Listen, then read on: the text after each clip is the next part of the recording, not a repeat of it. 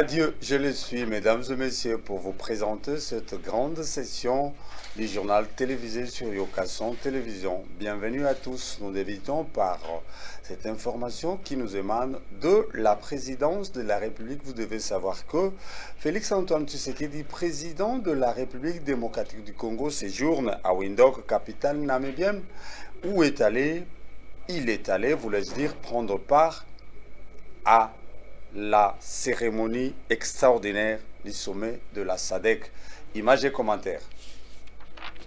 Prendre part au sommet extraordinaire de la Troïka des chefs d'État et des gouvernements de la communauté de développement de l'Afrique obsale SADC est l'objectif de la présence du chef de l'État congolais Félix-Antoine Tshisekedi à Windhoek, capitale namibienne. Aussitôt arrivé, une frange des autorités congolaises, tant civiles que militaires, était à l'aéroport pour son accueil. Débuté le dimanche 7 mai par une rencontre extraordinaire du comité ministériel de la Troïka et celle de la SADC face à la situation sécuritaire à l'est de la République démocratique du Congo. Les pays contributeurs des troupes de la force régionale doivent mettre le point sur les i. Le lundi 8 mai, Félix-Antoine Tshisekedi prendra part avec ses homologues à une rencontre à huis clos en rapport avec le climat de guerre à l'est de notre pays dans les provinces de Nord Kivu et Ituri. Quant à la réunion de ministres des pays membres du dimanche 7 mai, elle a abouti à délivrer sur le retour au calme et la sécurité à l'est de la République démocratique du Congo. C'était même le but de la convocation de cette réunion des chefs d'État et des ministres de pays membres de la SADC. Ici est de souligner qu'une grande rencontre tripartite est prévue entre la EAC, la CIRGL, la SADC, la CEAC, l'Union africaine et l'ONU, en vue d'une approche coordonnée pour un soutien à la République démocratique du Congo. À tout prendre, Félix-Antoine Tshisekedi ne ménage aucun effort, tant diplomatique et militaire, pour le retour probable de la paix dans la partie est de la République démocratique du Congo.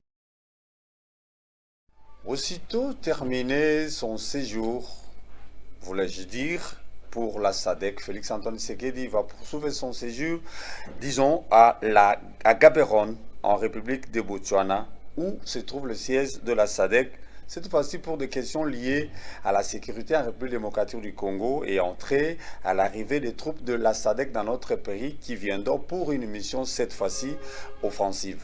Images et commentaires. Après Windhoek en Namibie où il se trouve, Félix-Antoine Tshisekedi se rendra à Gaborone, capitale botswanaise, où se trouve le siège de la SADC. Il ressort de cette nouvelle qu'une brigade de soldats, membres de la SADC, seront déployés en République démocratique du Congo, précisément à l'est, pour joindre les soldats angolais pour faire bloc. Cette fois-ci, ces éléments de la SADC auront une mission offensive, contrairement à ceux de la CAC, dont la mission était une force tampon. En tout état de cause, Félix-Antoine Tshisekedi passe à une vitesse de croisière pour mettre hors état de nuire les terroristes et rebelles opérant à l'est de la République démocratique du Congo. Le séjour du chef de l'État congolais prendra quelques jours de plus puisqu'il est prévu une visite au siège de la SADC à Botswana. Revenons à République démocratique du Congo, mesdames et messieurs, une très bonne nouvelle pour le futur marié de demain. Vous devez savoir que désormais, en République démocratique du Congo sera dotée d'une loi sur la période, voulais-je dire, de fiançailles et le montant de versement de la dot qui ne passera pas 1 million de francs congolais, c'est-à-dire 500 $. Cette proposition de loi est de l'honorable Daniel Mbaou à l'Assemblée nationale qui va bientôt le promulguer. Suivez ses propos recueillis. Les fiançailles, parce qu'il y a trop d'abus. Il y a ce qu'on appelle le phénomène du goûtage. Il y a des jeunes qui vont vers les jeunes garçons, qui vont vers les jeunes demoiselles pour s'aventurer. 3 ans, 4 ans, 5 ans, 15 ans, et finalement disparaissent, vont se marier ailleurs. C'est comme ça que j'ai proposé, comme au Congo-Brazzaville, d'instaurer une période probatoire de pré-mariage qu'on appelle les fiançailles. Les fiançailles ne sont plus simplement une simple promesse, mais c'est un engagement solennel qui précède les mariages avec une durée déterminée. C'est une convention entre parties. Et cette convention précède la célébration du mariage. Tout ceci pour empêcher et limiter le nombre des abus. S'agissant de la question dotale, cette question, elle est passée. Désormais, en République démocratique du Congo, chaque coutume est censée maintenir ses listes dotales, conformément à la coutume. il est désormais proscrit, si cette loi est promulguée, qu'une famille vienne à ajouter des éléments ou des objets qui ne sont pas prévus dans la coutume. Donc, les téléphones iPhone Pro Max, qui sont parfois demandés méchamment, des ordinateurs, des motos, des télévisions plasma, et que sais-je encore, seront désormais tous ces effets proscrits. Et s'agissant de l'enveloppe, je ne veux plus parler du montant, parlons de l'enveloppe qui accompagne les effets d'auto. Cette enveloppe, en vertu de l'article 12 de la Constitution du 8 février 2006, qui prescrit l'égalité de tous les citoyens devant la loi, désormais, on ne dépasse pas le montant de 1 million de francs congolais, ou à la limite, le montant qui avait été défini en ce moment, au moment du dépôt, 500 $ américains. Mais il est prévu à côté ce que nous appelons la clause de convention numéraire. Suivez-moi très bien. Cette clause-là permet aux futurs époux d'y déroger. C'est-à-dire qu'ils peuvent aller au-delà de 500 $, miser sur 10 000, 100 000, même 1 million de dollars en termes de dots. Mais ce qui est interdit, c'est que la belle famille ne peut pas imposer unilatéralement un montant qui dépasse les seuils de 500 $ sous peine de restitution du surplus.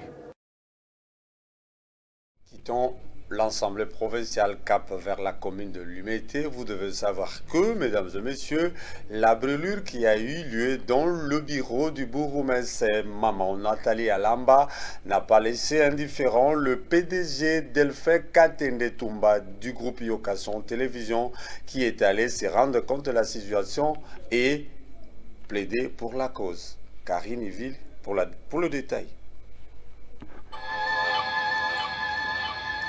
Après l'incident qui s'est produit le dimanche 30 avril dernier dans le bureau de Madame la bourgmestre de Limété, Nathalie Alamba Feza, le PDG du groupe Yokason Télévision, Delphin Katende Tumba, a rendu une visite de réconfort à l'autorité communale. Au sorti de leurs entretiens, il a délié sa langue à la presse.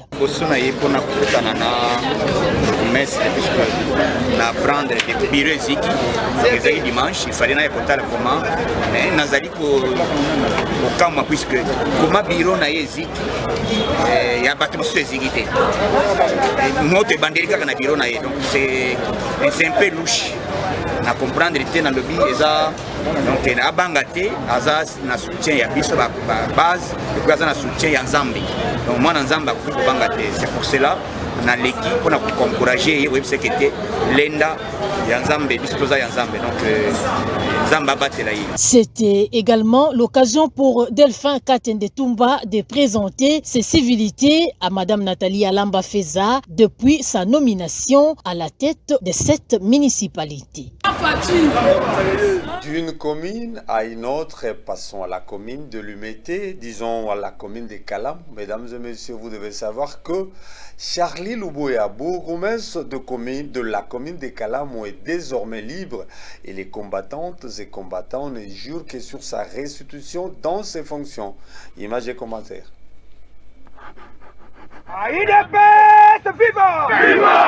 Les cris d'alarme des combattantes et combattants de l'IDPS en rapport avec l'arrestation arbitraire de Charlie Luboya, bourgmestre de la commune de Kassavoub, ont porté ses fruits. C'est depuis hier qu'il est homme libre. Mais les dictateurs tentent de changer la donne avec un contexte de parler de son exclusion à la tête de cette commune. Disons vrai, la République démocratique du Congo est régie par une constitution et la justice est là pour dire la loi. Si vous pensez à la justice de d'un poids deux mesures, la rigueur de la loi tombera sur vous. Au finish, pour votre gouvernement, dans les jours à venir, une forte pression pour la restitution de Charlie Luboya est prévue. Delphin Katende Tumba, PDG du groupe Yokason, signe et persiste. Les ordonnances de Félix-Antoine Tshisekedi Noma, les bourgmestres sur toute l'étendue de la République démocratique du Congo sera respectée à la lettre. Demandons la libération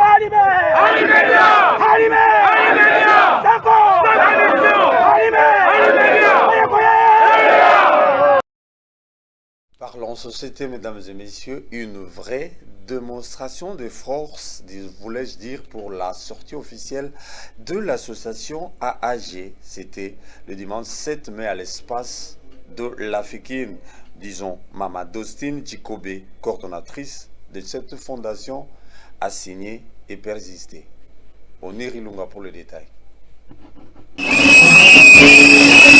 Accueillie par une foule immense, l'incontestable Dostine Djitombe, l'une des filles du terroir mangolais, marchant dans une vitesse de croisière, à la vision du chef de l'État Félix Antoine Tshisekedi Tshilombo, accroît des efforts jour et nuit à subvenir au vouloir de la population congolaise. Une parfaite oreille attentive à ses proches, Madame Dostine Djitombe a participé ce dimanche 7 mai 2023 à une cérémonie de la sortie officielle de l'association Amanangui, AAG en sigle, ressortissant d'Idjofa.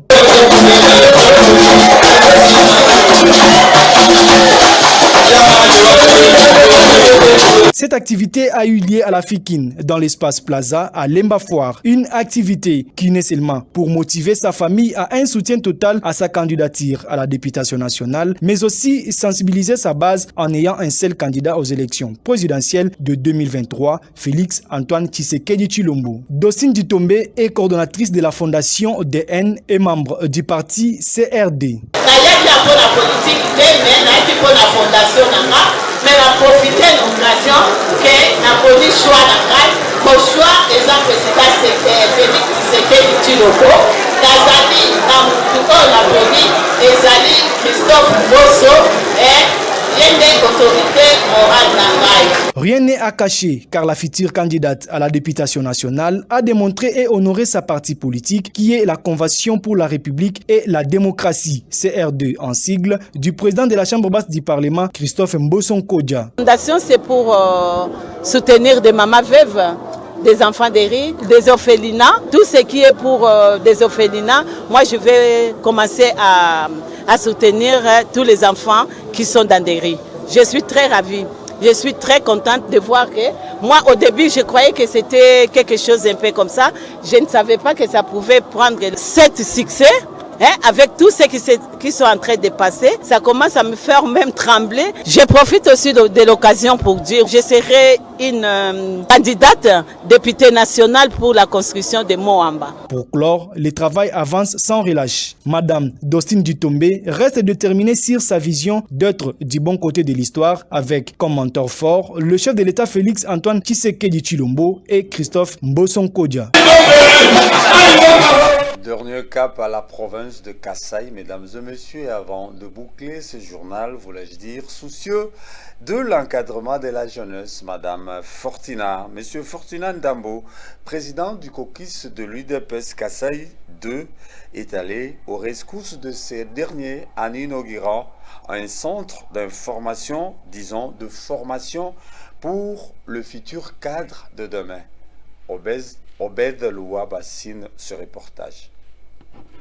L'école moderne Mandjanja Crispin dans le village de Domaï-Ndjimbelenge était à l'ambiance saine pour l'inauguration et la coupure symbolique du ruban des ateliers, dont notamment Coupé Couture, l'électricité et les salons de coiffure. Tout s'était fait sous l'autorité de l'administrateur du territoire d'Ilebo, Clément Makangu, accompagné de son promoteur Fortina Ndambo Mafos et des autres personnalités dans la contrée. Passé à la découverte de matériel donné, on constate tous les matériels ayant trait pour la formation dans les domaines précités.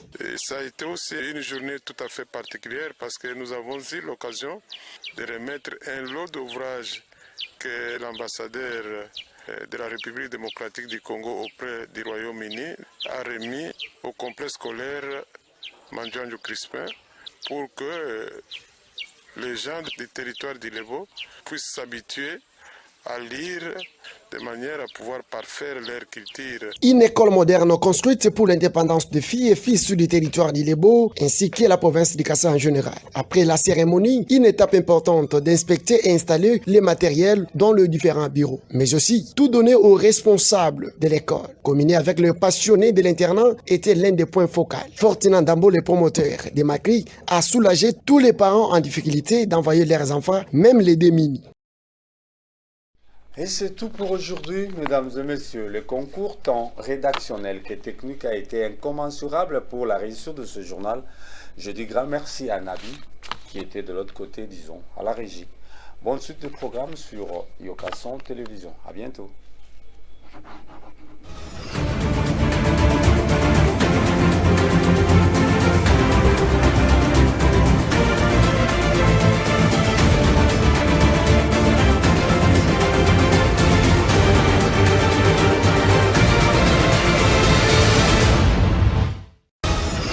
Ce journal a été sponsorisé par FPI.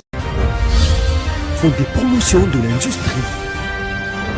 Votre partenaire privilégié pour la réussite de vos projets.